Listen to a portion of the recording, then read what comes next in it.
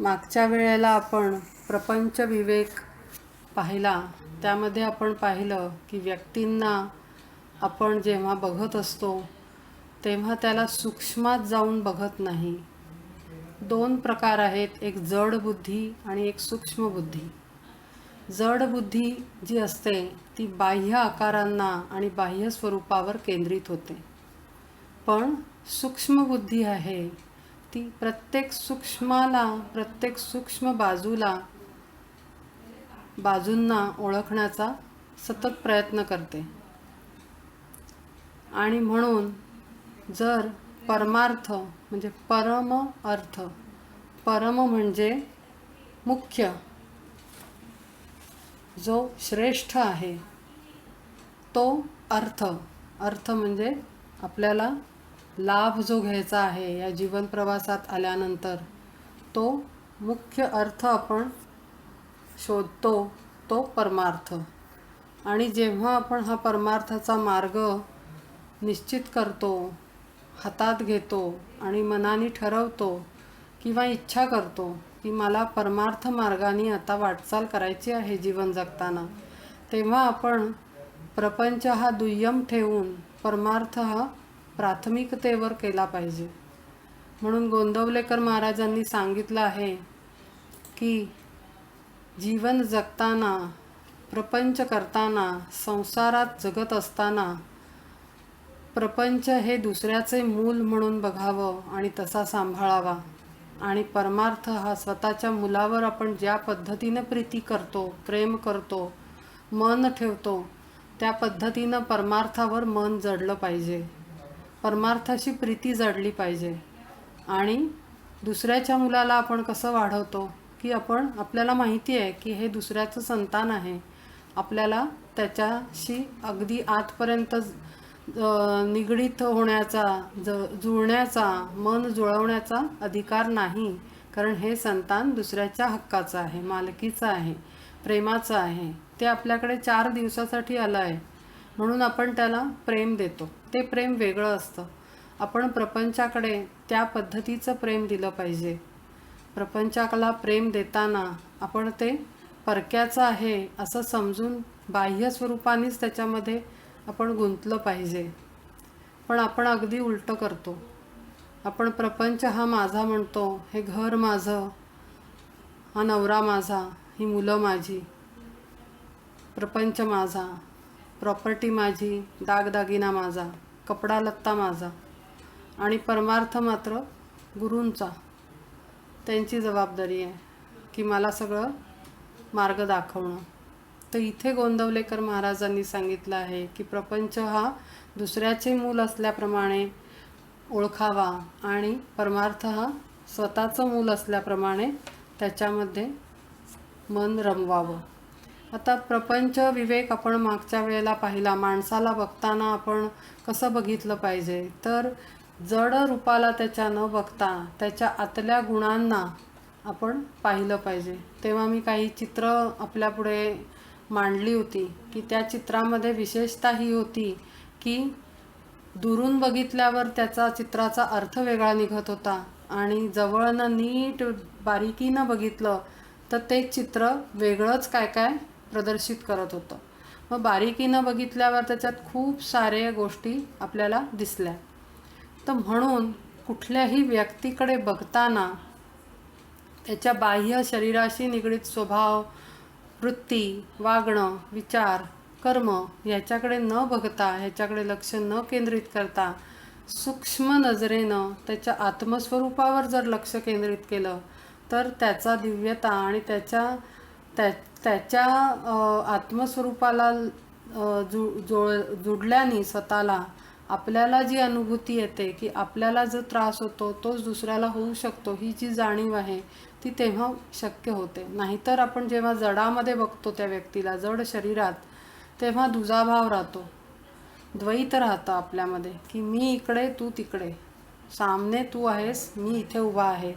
पण जेव्हा अद्वैत विचार आपण करतो की आपण एकच आहोत, वी ऑल आर वन, म्हणजे आत्मस्वरूप आहोत, ह्या भूमिकेतून आपण जेव्हा बघतो तेव्हा इथे समोरच्याला जर सुई टोचली तर काय दुःख होईल ते आपण इथे अनुभवतो आणि मग ती सुई न टोचेल असं कर्म करतो, तेव्हा आपल्याला आत्मबुद्धीतून जगणं जमलं, ह्याचा अर्थ कळला असं आपण समजू शकतो.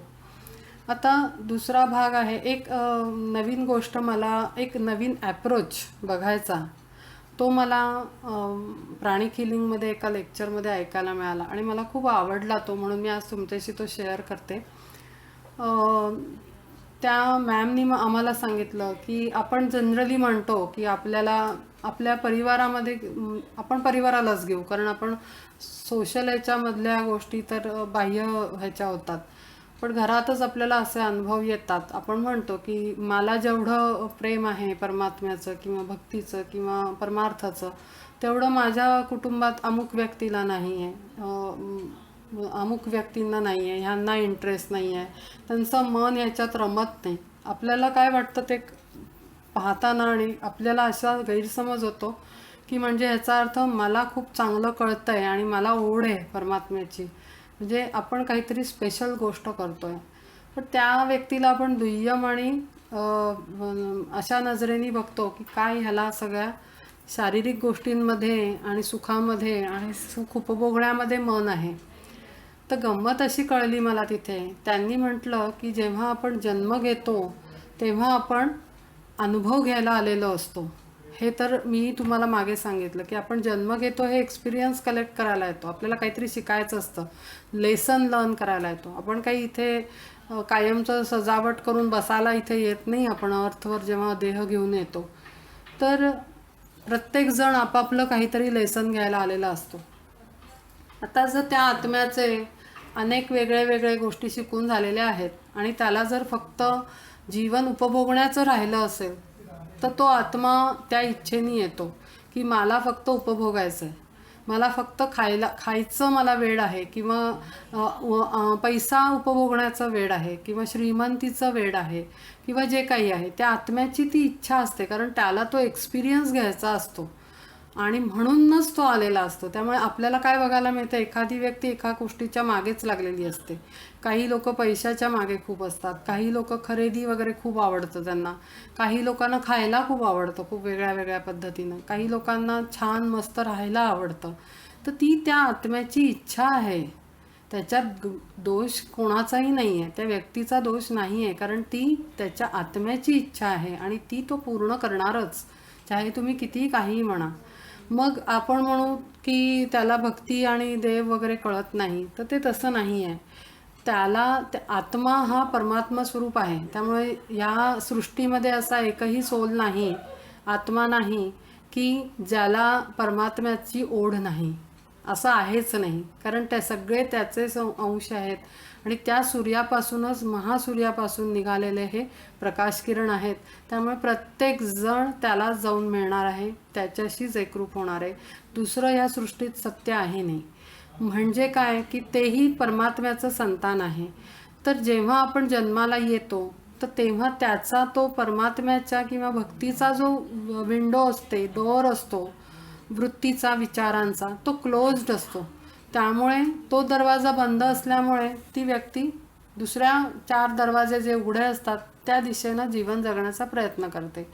म्हणजे याचा अर्थ असा नाही होत की त्या व्यक्तीला परमार्थाचं वेळ नाही, भक्तीत रमत नाही, मन खाण्यापिण्यात रमतं, एन्जॉय करण्यात रमतं, असं नाही आहे. आणि ते का बंद असतं मग दार? कारण त्याचं पूर्वजन्मात ते करून झालेलं असतं आणि तो एक्सपिरियन्स भक्तीचा, श्रद्धेचा, समर्पणाचा कदाचित त्यांनी घेतलेला असतो. आणि मग असतं ना असं आपल्याला बघायला मिळतात, काही संत असतात अगदी कडक हे करून संन्यास घेऊन ते त्यांनी साधना करून गेलेले असतात. आणि आपण संतांची जर चरित्र वाचली तर त्यातल्या बऱ्याच संतांनी खूप हलाखीत दिवस काढलेले असतात, दारिद्र्य वाट्याला आलेलं असतं आणि त्याच्यातून त्यांच्या भक्तीची वाटचाल होत असते. म्हणजे काय की ते पूर्णपणे भक्ती आणि परमात्म्याला समर्पित होते. त्यांचा मटेरियलिस्टिक लाईफ एक्सपिरियन्स इनकम्प्लीट आहे या ह्याच्यात. मग होऊ शकतं हा एकदा अनुभव घेऊन गेल्यानंतर पुढचा तो राहिलेला जो इनकम्प्लीट पार्ट आहे, एरिया आहे सर्कलचा, तो जोपर्यंत होत नाही, सगळं आपलं काय सोलचं काय माहिती आहे का, रियालिटी, म्हणजे मी हे सायंटिफिक सांगते, मी काही काल्पनिक सांगत नाही आहे. आपल्या ऑकल्ट सायन्समध्ये आणि थिऑसॉफिकल स्टडीजमध्ये हे सगळं लिहिलेलं आहे. मोठ्या मोठ्या पुस्तकांमधनं, ग्रंथांमधनं, आपल्या उपनिषदांमधनं हे लिहिलेलं आहे की आत्मा हा पूर्ण जोपर्यंत त्याचा विकास होत नाही तोपर्यंत त्याचं येणं जाणं थांबत नाही. त्यामुळे आपण म्हणतो की हा मृत झाला म्हणजे हा मुक्त झाला, तर तसं नाही. त्याचा पुढचा काय चॅप्टर राहिला असेल तो करायला तो येणार. फक्त त्याची वाटचाल जोपर्यंत परमात्मा स्वरूपाशी जाऊन मिळत नाही तोपर्यंत ते येणं जाणं थांबत नाही. आणि म्हणून सगळे संत म्हणतात की हे येणं जाणं थांबवा, ह्या फेऱ्या थांबवा, या येरझारा थांबवा आमच्या. तर सांगायचा मुद्दा हा आहे की त्यातनं शिकायला हे मला मिळालं आणि मी ते तुमच्याशी शेअर करते की ह्यातनं अर्थ हा निघतो की आपण कोणालाही दोष देऊ शकत नाही. कारण आपल्याला त्याच्या पास्टबद्दल, त्याच्या इन्कार्नेशन्स मागेची थ्योरी आणि हिस्ट्री आपल्याला काहीही माहिती नाही. आपल्याला त्या आत्म्याची काहीच कल्पना नाही आहे की ह्याची ग्रोथ कशी झाली आहे, ह्याचे काय डेव्हलपमेंट्स झालेले आहेत, ह्याचे कुठले एरियाजचे एक्सपिरियन्स घेऊन झालेत. म्हणून अल्टिमेटली आपण कोणालाही दोष देणं बनत नाही, आपल्याला तो अधिकार नाही. आपल्याला फक्त स्वतःच्या वृत्तींकडे, स्वतःच्या प्रगतीकडे, आत्म्याकडे, उन्नतीकडे लक्ष देणं आपल्याला अधिकार आहे आणि तो आपण द्यायचा. आता तो देताना प्रपंच विवेकात, परमार्थ विवेकामध्ये तो कसा द्यायचा, तर आपल्याला जो रोल दिलेला आहे हे मी नेहमी सांगते.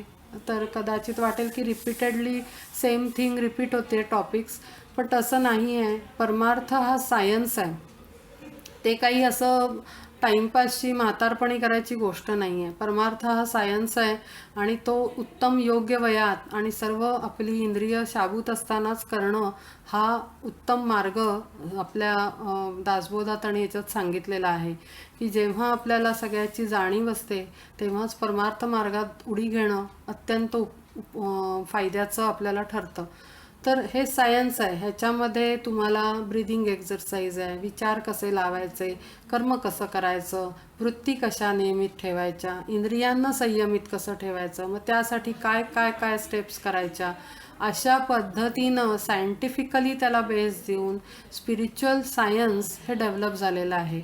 आणि जोपर्यंत हे सगळे मार्ग एकत्र येत नाहीत, म्हणजे भक्ती मार्ग, नंतर आपला ज्ञानयोग, भक्तियोग, नंतर कर्ममार्ग, हे सगळे जेव्हा एकत्र, हठयोग जो आहे, जे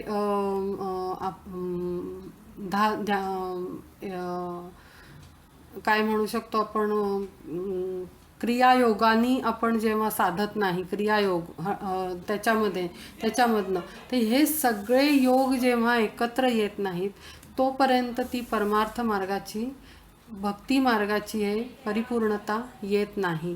तर हे सायंटिफिकल ग्रोथ आपली होत असते. एखादा या जन्मात कर्ममार्गी असतो, मग त्याचा ज्ञानयोग राहिलेला असतो, ज्ञानमार्ग राहिलेला असतो. पुढच्या जन्मात कदाचित तो ते करायला येतो, त्याच्या पुढचे कदाचित पुढच्या जन्मात तो हठयोग करायला येईल. तो सगळं पूर्ण व्यायाम आणि योगासनं आणि क्रिया त्यातल्या जो आपण करतो त्याचा अभ्यास करणारा तो पर्सन बनू शकतो.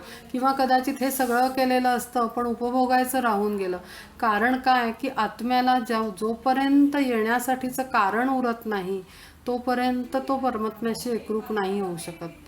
नाहीतर जितकं कारण राहतं ते करायला यावं लागतं.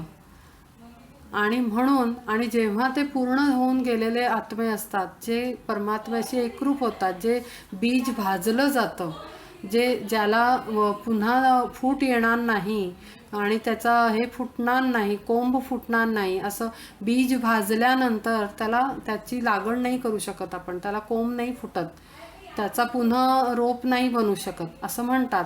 तर ते बीज भाजलं जात नाही पूर्ण, सारं सगळं शिकून पूर्ण ज्ञान त्या सोलला होत नाही तोपर्यंत तो येतो. आणि मग ती शिक्षा नाही आहे, हा जन्म हा शिक्षा नाही आहे. प्रत्येक गोष्ट जी घडत असते ती काही ती शिक्षा नाही आहे, ते आपण करायला अनुभवायला आलेलो आहोत. म्हणून वाईट जरी आपल्याला, जेव्हा आपल्याला असं वाटतं की आपला परिवार नाही, तर म्हणून परमार्थ विवेकामध्ये हे सांगितलेलं आहे की तुम्हाला जे प्राप्त आहे ना त्याच्यामध्ये सुखाने दुसऱ्याला सुख देऊन आनंदाने जेव्हा आपण आपला मार्ग साधत राहतो, तेव्हा तो प्रपंच करून आपण परमार्थ विवेका केला असा त्याचा अर्थ होतो. म्हणजे काय की घरामध्ये फॅमिली आहे म्हणून आपण भक्ती नाही करू शकत, आपण साधना नाही करू शकत, किंवा आपल्याला बायको मुलांचा त्रास होतो म्हणून त्यांना टाका आणि मग मी साधना करायला जातो, माझं मेडिटेशन नाही होत म्हणून माणूस बाहेर पडतो, किंवा कोणीही असं बाहेर पडू इच्छितं. म्हणजे तुम्हाला जो रोल दिलेला आहे, जर तुमच्या नशिबात परिवार नसताच तर तुमचा म्हणजे विवाह झाला नसता. विवाह होतोय म्हणजे तो काही तुमच्या मर्जीविरुद्ध नाही होते, तुम्हाला त्या आत्म्याला त्याची इच्छा आहे की विवाह योगातनं जे काही अनुभव त्याला मिळणार आहेत, परिवारात जाऊन लग्न संबंधातून जे अनुभव त्याला मिळणार आहेत ते त्याला हवे आहेत, ते एक्सपिरियन्सेस त्याला घ्यायचे आहेत आणि त्याच्यातून तो इव्हॉल्व्ह होणार आहे सोल. आणि मग ते झाल्यानंतर मग साधना तर त्याला घेऊनच करायची आहे. ही तर सगळ्या संतांनी, आपल्या सगळ्या गुरूंनी विवाह करून, गोंदवलेकर महाराजांचं सुद्धा लग्न झालेलं होतं, या सगळ्यांनी लग्न करून परमार्थ शिकवला आपल्याला. तर ते जे जसं आपल्याला सिच्युएशनमध्ये किंवा आपण परिवारात येतो त्या पद्धतीनंच आपण तसंच जगलं पाहिजे. आपण प्रारब्धावर म्हणजे कर्मावर देह सोडून आत्म्याच्या रूपामध्ये आत्म्याला रंगवून परमार्थामध्ये, परमेश्वराच्या प्रेमामध्ये, आत्मस्थितीमध्ये रंगवून आपण कर्मावर पूर्ण देहाला सोडून आपण जगलं पाहिजे. म्हणजे काय की शेवटी शरीराचं कर्म सोडायचं नाही. जो कर्मत्याग करतो त्याला परमात्म्याकडनं प्राप्ती होत नाही. परमात्म्याचं प्रेम कर्मत्याग करणाऱ्या व्यक्तीला मिळणं अवघड आहे, कारण त्याला मोक्षापर्यंत जाता येत नाही, कारण तो त्याचा रोलप्ले पूर्ण करत नाही आहे, तो त्याचं काम पूर्ण करत नाही आहे. ते जे करायला तो आला आहे ते पूर्ण करून मगच परमात्म्याची भेट त्याला शक्य आहे.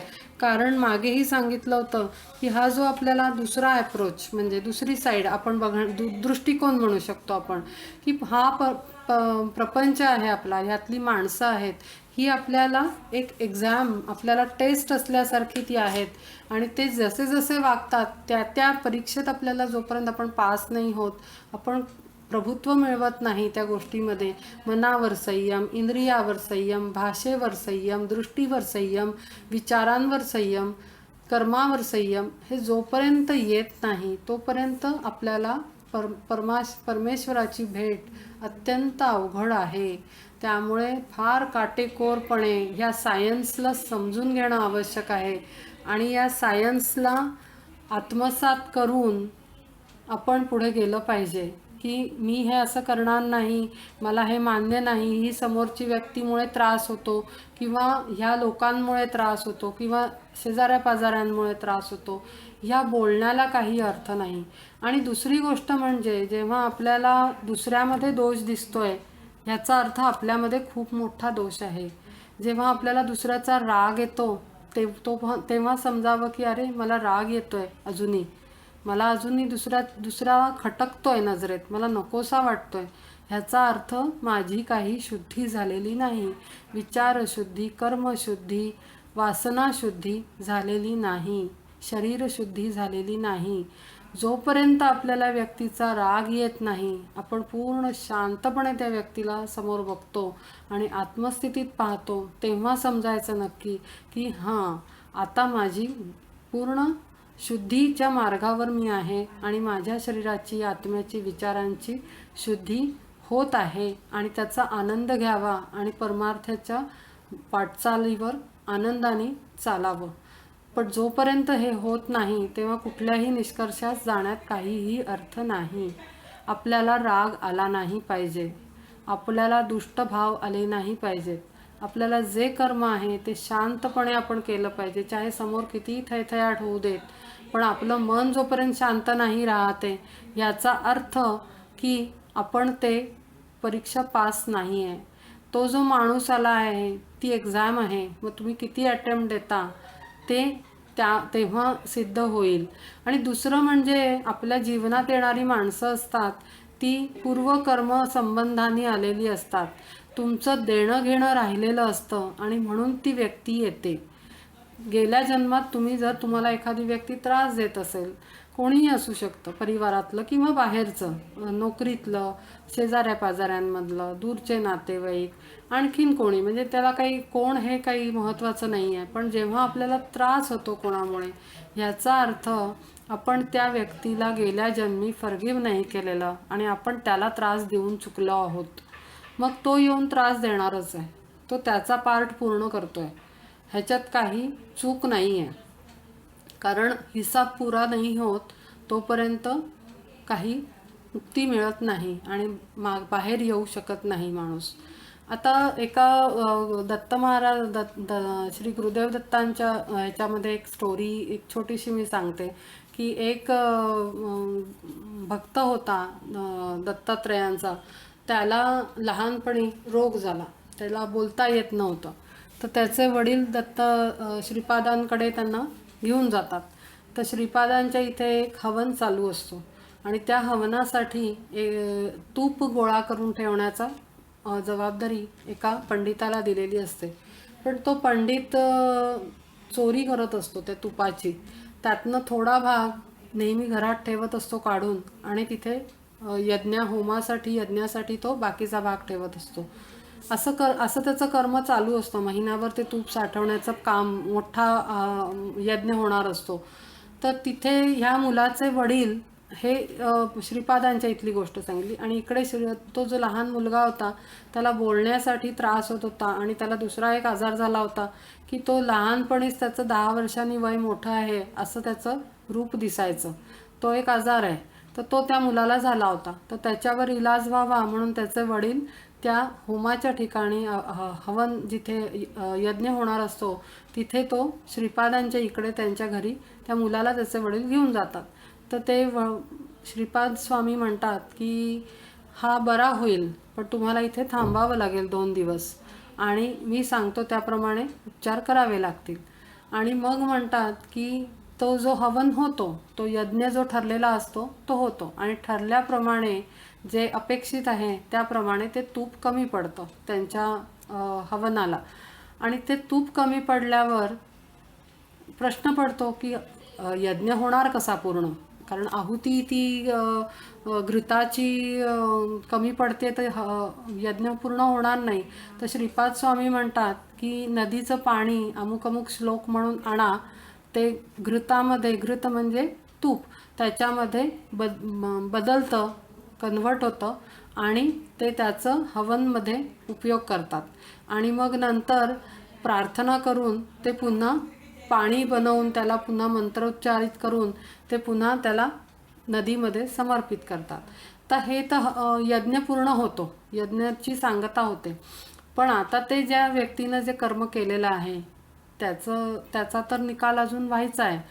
तर श्रीपाद स्वामी म्हणतात की तो पंडित आहे तो बघायला की आता काय झालं असेल, आपण ते चोरी करून ठेवलं, बघू काय झालं, यांचा हे पूर्ण झाला की नाही. तर ते म्हणतात की एक घर जाळायचं आहे तर मुहूर्त काढून द्या, असं त्या पंडिताला श्रीपाद स्वामी विचारतात. तर तो म्हणतो की घर जाळण्यासाठी कधी मुहूर्त काढतात हे माहिती नव्हतं. घर बनवण्यासाठी मुहूर्त आहे, घर बांधण्यासाठी मुहूर्त आहे, घरातमध्ये प्रवेशासाठी मुहूर्त असतो. तर म्हणे नाही, अच्छा तुम्हाला माहिती नाही घर जाळण्यासाठी पण मुहूर्त असतो. तर तो म्हणतो नाही, मला असं काही माहिती नाही, ऐकण्यात नाही, माझ्या शास्त्रात असं काही सांगितलेलं नाही आहे की असा काही मुहूर्त असतो. तर ते म्हणतात मग चोरी करण्याचा पण मुहूर्त असतो का. त्याबरोबर त्याला लक्षात येतं की माझं कर्म श्रीपादांना कळलेलं आहे आणि ते सांगतात की तू चोरी केलीस, आता तुझं घर तिथे अग्नी भस्म करत आहे. ज्या पद्धतीनं तू चोरलंस सगळं तसंच तुझं घरालाही पूर्ण जाळून टाकत आहे आणि बिना अग्नीचं त्याचं घर पूर्ण जळून जातं. आता गंमत अशी होते की ते सांगतात की त्याला सांगतात की ते तुझ्या घराची जी राख आहे जळलेली ती घेऊन ये. तर ती आणल्यानंतर त्या मुलाच्या वडिलांना ते सांगतात की ही राख पाण्यामध्ये कालवा आणि तुमच्या मुलाला प्यायला घाला. 3 दिवसात उपचार करून ती राख पाण्यामध्ये मिसळून तो मुलगा बरा होतो आणि तो पूर्ण त्याच्या जो लहान वयाचा असतो त्याचा होऊन त्याचा आवाज आणि गळा आणि बोलणं सगळं व्यवस्थित होतं. तर तिथे श्रीपाद स्वामी सांगतात, पूर्वजन्मामध्ये हे दोघं जण मित्र होते आणि ह्या दोघांनी एकाने दुसऱ्याला फसवलेलं होतं आणि एकाने विष खायला घातलं. त्या छोटा मुलगा जो असतो त्याने विष खायला घातलेलं असतं त्या मित्राला, म्हणजे जो पंडित आहे या जन्मामध्ये, जो चोरी करतो त्याला विष खायला घातलेलं असतं आणि त्याला माहिती नसतं की ह्याने विष कालवलेलं आहे आणि तो मरतो. पण त्याच्या आधी त्यांनी ह्याचं घर जाऊन जाळलेलं असतं त्या मुलाचं. हे जे कर्मबंधन आहे त्या कर्मबंधामुळे त्यांचं पुढच्या जन्मात पुन्हा एकत्र येणं होतं आणि त्यांचं नुकसानही झालेलं असतं. म्हणजे ह्याला दुसऱ्याला विष घातल्यामुळे ह्याचा आवाज गेलेला असतो आणि हा लहान वयातच मोठा झाल्यासारखं त्याचं तो विचित्र रोग जो एका मूवीमध्ये अमिताभ बच्चनच्या त्या दाखवलेला आहे तसावाला रोग त्याला झालेला असतो की तो लहान वयातच मोठ्या वृद्ध माणसासारखा तो दिसतो. तर त्याला त्या कर्मामुळे तो रोग होतो आणि ह्या माणसाला चोरी करण्याची बुद्धी होते आणि ह्याचं घर जळतं. तर ते सांगतात, जर हे कर्मबंधन मी तोडलं नसतं आत्ता इथे आणि त्यांना मुक्त केलं नसतं यातनं, तर हे दोघंही या कर्मबंधनात अनंत जन्म अडकले असते. तर कर्मबंधनाचं हे एक गुपित आहे की आपल्याला असं वाटतं की हाच का व्यक्ती माझ्या आयुष्यात, अमुकच का व्यक्ती माझ्या मागे लागली, तमुकच व्यक्तीचा मला त्रास का होत आहे. तर ह्याच्या मागे आपलं आणि त्या व्यक्तीचं कुठलं तरी कर्मबंधन आहे आणि आपण काहीतरी त्याचं चुकीचं केलेलं आहे आणि म्हणूनसाठी तो मला त्रास देत आहे. मग आता इथे वागायचं कसं? चला ठीक आहे, प्रॉब्लेम कळला. सोल्युशन काय?